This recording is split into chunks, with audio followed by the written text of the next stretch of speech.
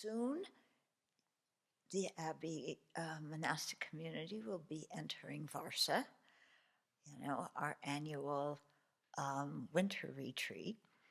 Yeah. And it came about, let me read you the story, okay, from the Vinaya. Okay, this is from the Dharmaguptaka Vinaya. Once, the group of 6 bhikshus, those naughty ones that they say that we have to be grateful to because they made many mistakes. Now we have the precepts. Yeah, yeah. So once the group of 6 bhikshus traveled about to procure arms at all times during the spring, summer, and winter. During the summer months, so this is in India, monsoon rains, torrential rains caused floods that washed away their robes, bowls, sitting cloths, and meal containers. Ooh, not so good. And while they're going for alms, they trampled on and killed living plants. Because at this time, the rice plants are being planted and they're growing. This is India's main crop, what everybody eats every day. Then the lay people saw this. So, as usual, the Buddha cares about what the lay people thinks and the lay people's relationship with the Sangha. So the lay people saw this and criticized the bhikshus, saying, "Sons of the Sakyas have no integrity and consideration for others. They travel about to procure arms at all times.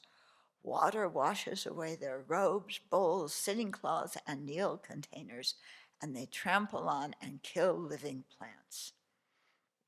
Practitioners of other sects observe a 3-month Varsa, and even insects and birds stay in their nests. Why do the sons of the Sakyas travel around without settling? Okay, so 2 things are going on here with the Varsa, with the rains, that caused the Varsa. One is their bowls and robes and needle containers are getting washed away. Not so good. Okay, they need proper clothing and to be sheltered from the weather. Then the second thing is when they're going on alms round in the towns, which they do all year round, according at this point, they're trampling all over the fields, and so the farmers are not happy. Okay.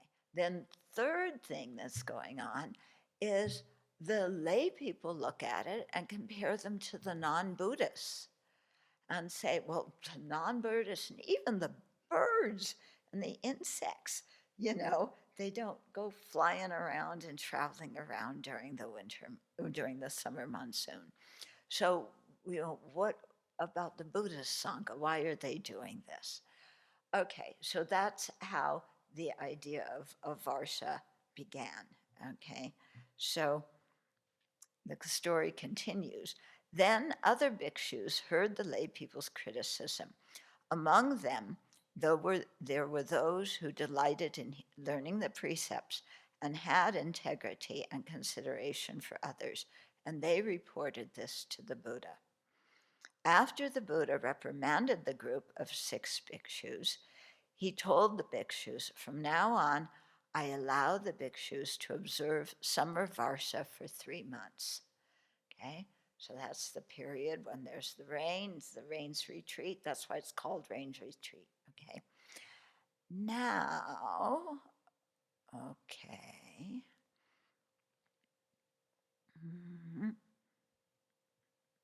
Okay, here it is.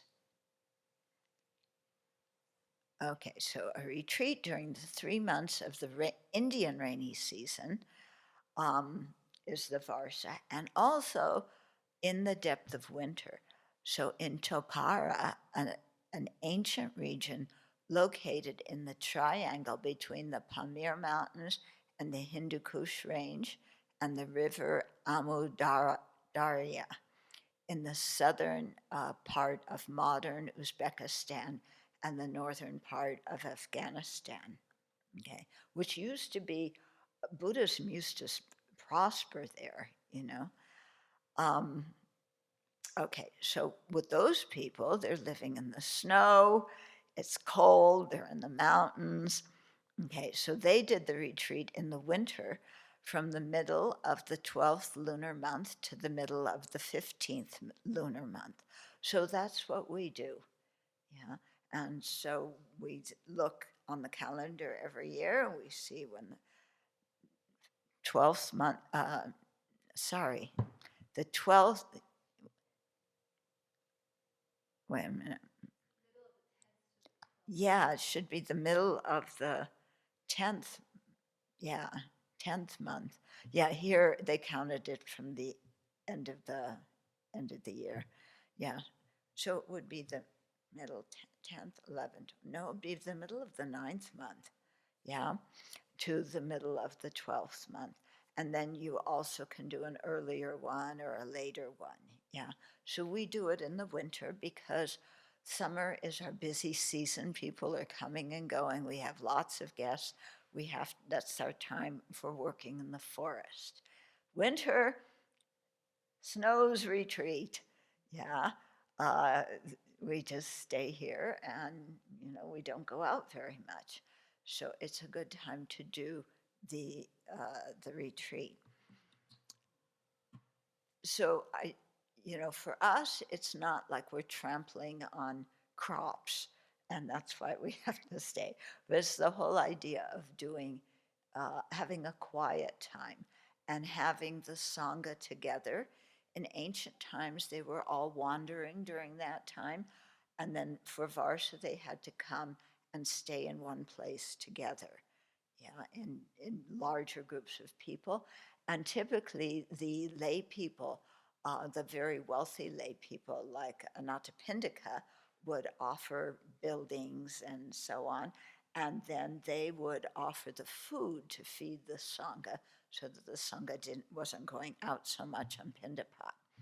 Okay, so we have something similar due to the kindness of all our lay supporters, and we who bring food, during this time and all year round, and then we pretty much stay put.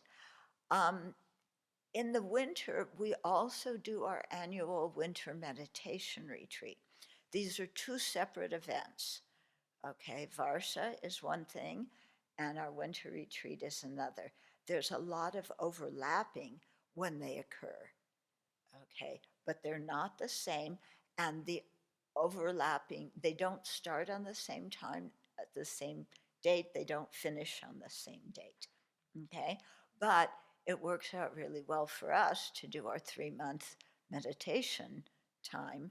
Um, at the time we do Varsa because we're not going out. Now, with Varsa, you can go outside the Sema during the day, but you have to be back in before dawn of the next day. Okay. They say dawn of the next day. I don't think that means you can stay out all night. Yeah.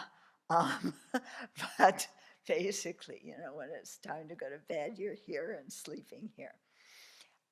There are provisions if you if there's emergencies, okay, if there's emergency in their family, if there's an ordination going on and they ask you to participate, something like that, then you can ask leave for up to 7 days. Yeah, and you do this for 7 days, and you can do with an individual monastic. If you need to do longer, then it requires a Sangha karma with the community. Yeah. Um, the people, like there's 3 of us who are leaving before you go into the community goes into Varsa, so we won't do that. Yeah. Um, the completion of your Varsas is in olden times. That's how you uh, uh, tabulated your years of ordination, how many Varsas you did.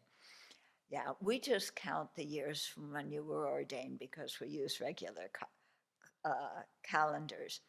Also, using the Varsa, somebody who ordains the day before Varsa starts, after 3 months already has 1 year.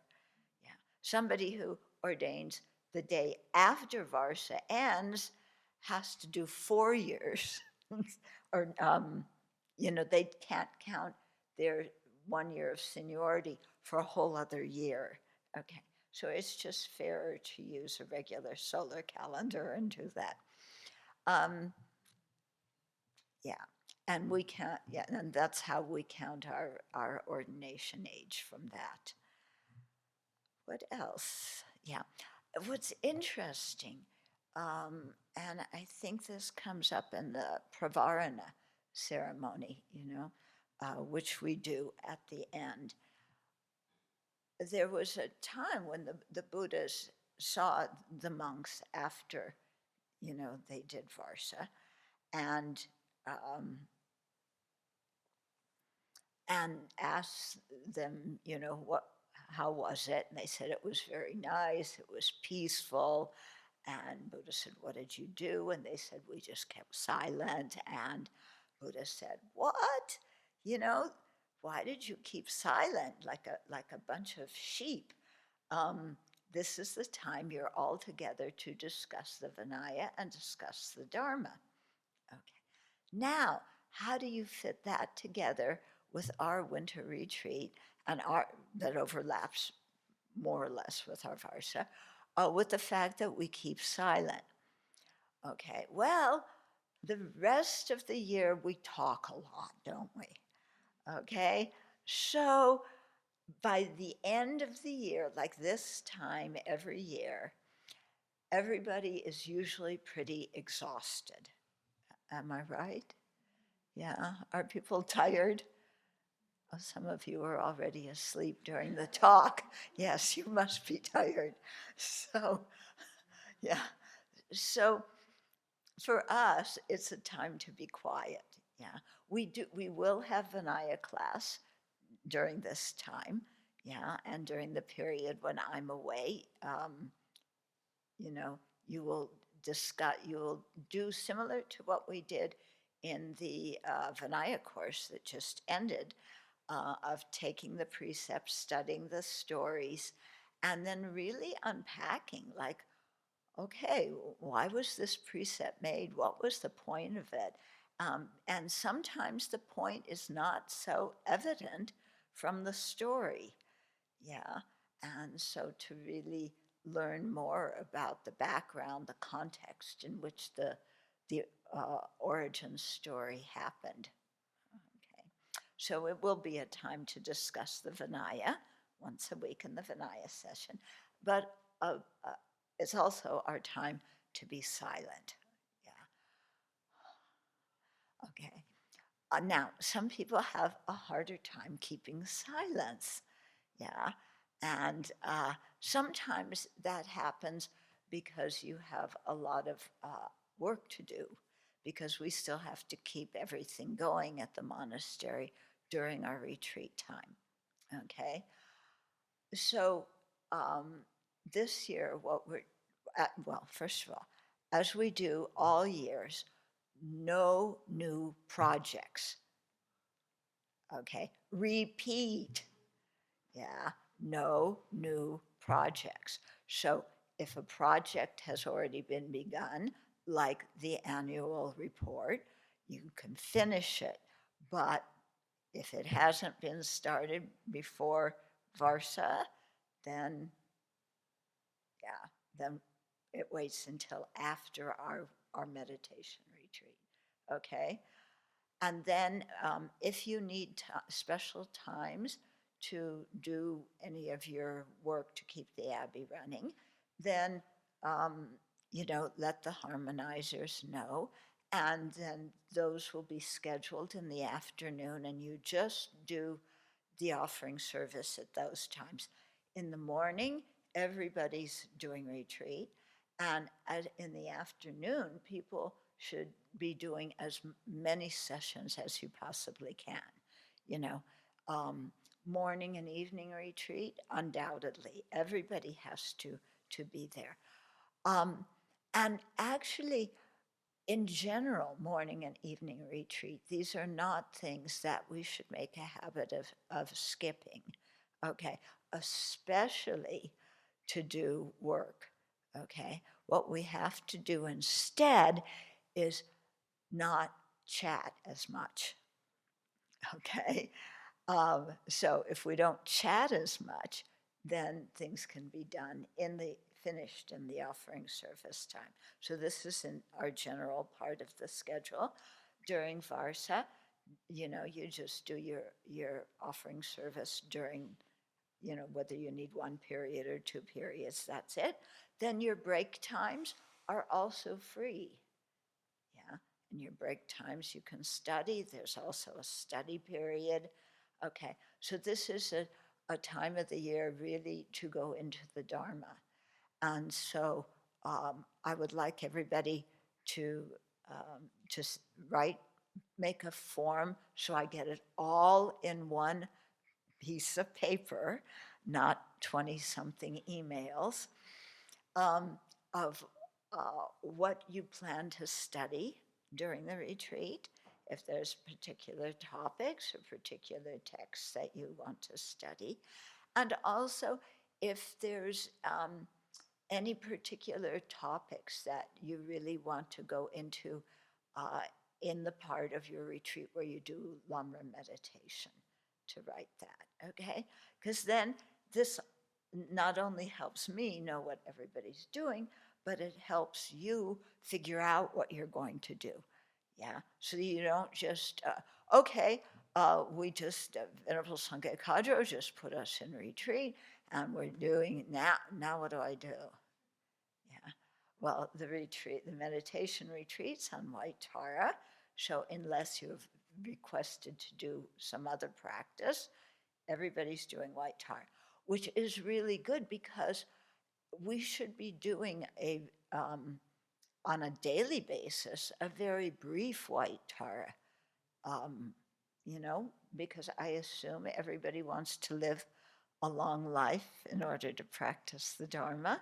So White Tara is the one, to do a practice every day. Very short, you know, visualizing her on the crown of your head, saying the mantra, the light nectar come down. Okay, at least that. But during the retreat, you can do a longer White Tara. Okay, so it's a very, very nice practice. Yeah, and everybody in the Tibetan tradition does it. Yeah, kind of the highest yoga tantra deities, the different traditions have different ones that they do, and people have specialties and so on. Everybody does White Tara. Okay, so yeah. Okay, then at the end of the 3 month Varsa, then we do Pavarana, and that is when we request feedback. Yeah. Before we request feedback from other people, we confess whatever we need to confess. We've done posada, we keep doing posada during the Varsa time, but at the end, any other things that haven't been cleared up because we kept silence, and so sometimes people couldn't work out big interpersonal things so much, or you saw somebody do something that was contrary to the precepts, or that wasn't working in our community guidelines. Then if you've done those things, then it's good to express them at Pavarana, get it off your chest, and then everybody individually asks for feedback.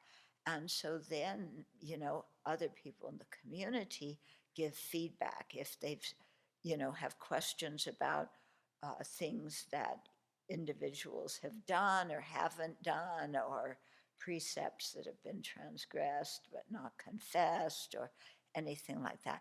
So it's a time when kind of everything just comes out that didn't come out because we were keeping silence, but it's not a free for all of making wild accusations against everybody else in the community. Okay. And so, as always, if we admit our faults, then other people don't need to comment on them. Yeah. If we don't admit our faults or our transgression of precepts, then, other people are going to comment on that. Yeah. Okay. So happy retreat time. It's beautiful weather to do retreat in.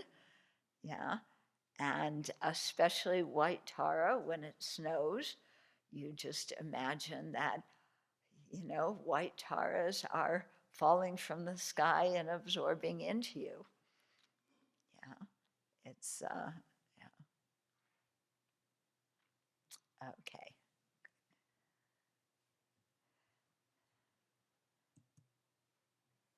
Mhm.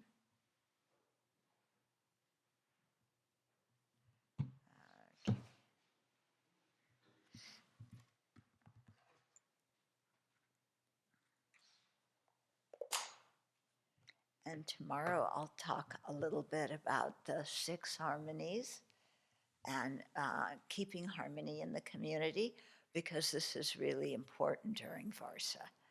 Yeah. Yeah. The last thing you want during when everybody's doing retreat is for some big, I can't stand this person. They did this, they did that. Yeah, we don't want that during retreat. Thank you very much. Okay.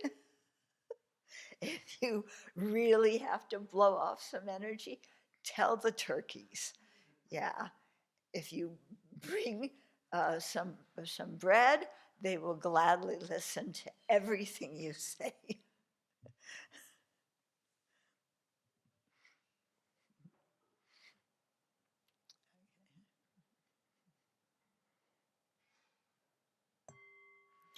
I contemplate all the causes and conditions and the kindness of others by which I have received this food.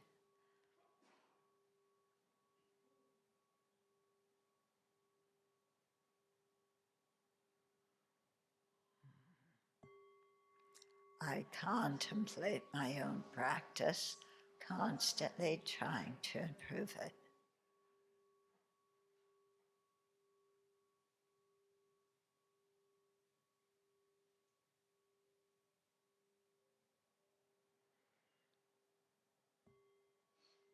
I contemplate my mind, cautiously guarding it from wrongdoing, greed, and other defilements.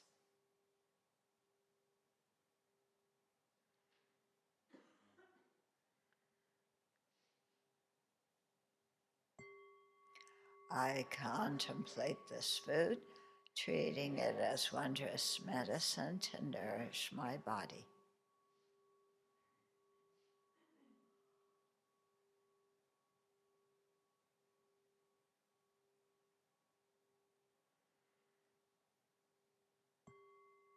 I contemplate the aim of Buddhahood, accepting and consuming this food in order to accomplish it.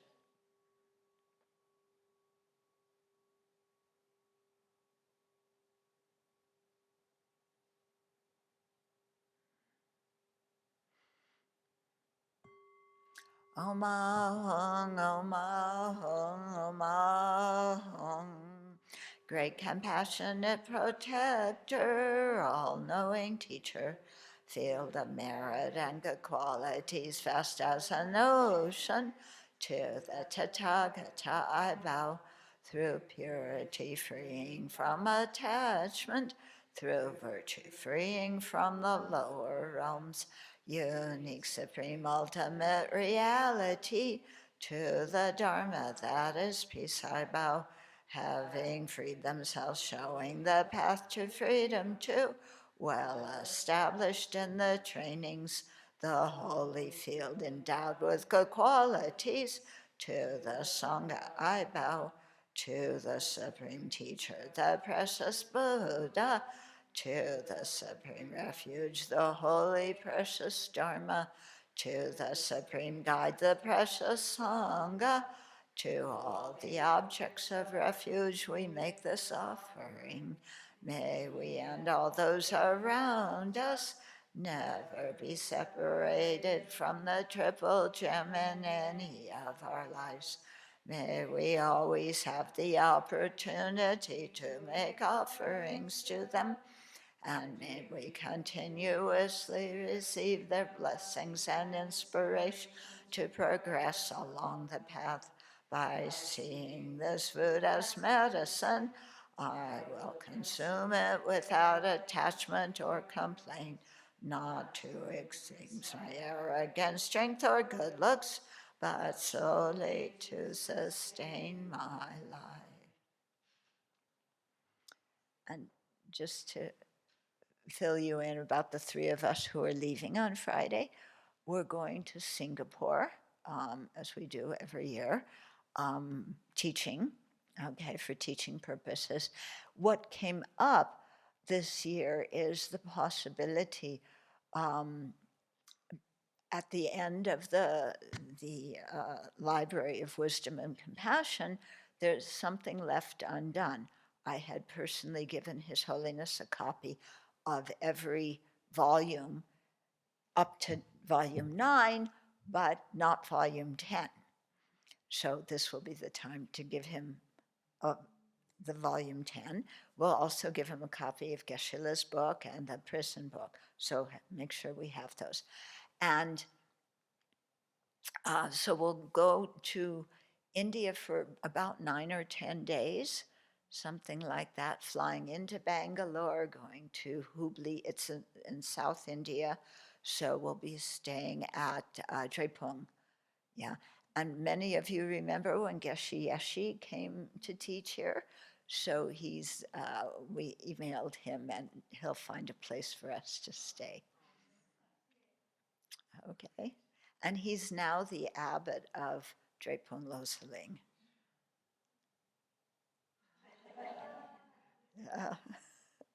Okay.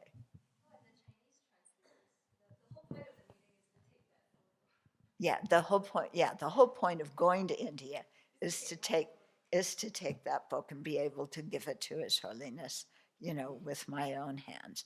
And the reason this came up is you'll remember our friend Sujay, who came a few months ago.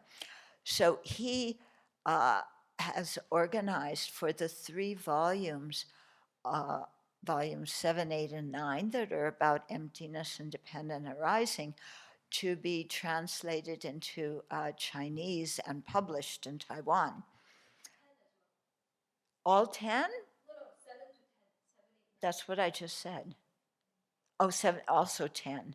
So 4 volumes. Okay. I thought it was just the 3. Oh, yeah. Okay. So, so they will be translated and published in complex characters, which then should be able to be translated into simple characters somehow. Don't ask me how, because the Chinese have 2 ways of writing things.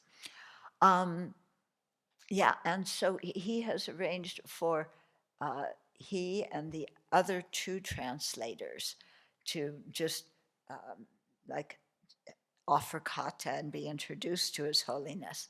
And so he thought, that I should come along too. And I said, oh, okay. It'll probably just be His Holy, because His Holiness is too old now to have individual appointments and really meet with him. So what they do, and they also did this before, is then they'll just have, it's kind of like where everybody stands in a long, long line and offers kata and gets a blessing cord. So we'll probably be at the end of that line with the hope that afterwards they want to take a picture. Yeah. So Jay and the other translators, you know. So yeah, and then we go back to Singapore for 2 more days, and then come back here. On the way there and on the way back, we have really long layovers in Seoul, Korea. And so, since we've been there before, we'll meet with some of the nuns and Buddhists that we know before. And you'll remember in the early years, they even came here with a video crew and, you know, videoed us. Yeah. They have a Buddhist TV channel in Korea. Also, they have one in Taiwan. So we won't start ours during the winter retreat. There's no new projects. But after that, you know, because I'm sure people in your meditation, you will come up with lots of things that you want to do and you want to start immediately. Just put it on a list and then afterwards we'll see. Okay?